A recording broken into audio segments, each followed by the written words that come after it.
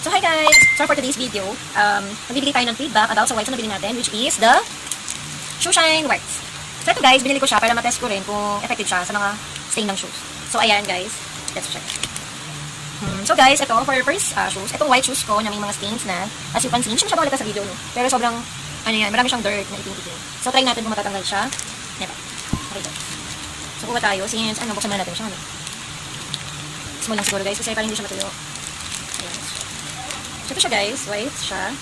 Ayan. Medyo may bula siya, and then, mabango, amoy joy, parang ganun, parang may amoy niya. So let's check na guys, ha? Oh. Ayan guys, kapag pinupunas mo siya, bumubula siya sa shoes.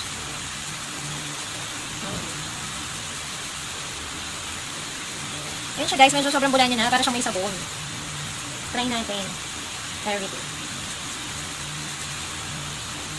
Super bulahan guys.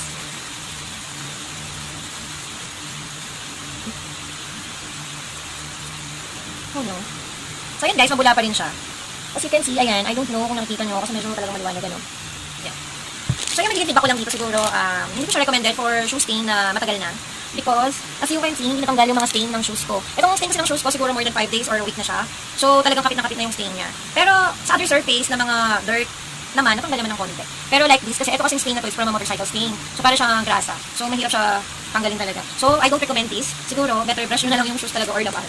Actually, ayun. So, ito siguro, pwede siyang gamitin for emergency purposes na lang siya. So, kung daladala mo siya, and then biglang nadumihan yung shoes nyo, better talaga na punasan nyo na itong agad. So, yun. Siguro matatanggal ulit siya. Pero yung mga matatagal na stain na, I don't recommend this.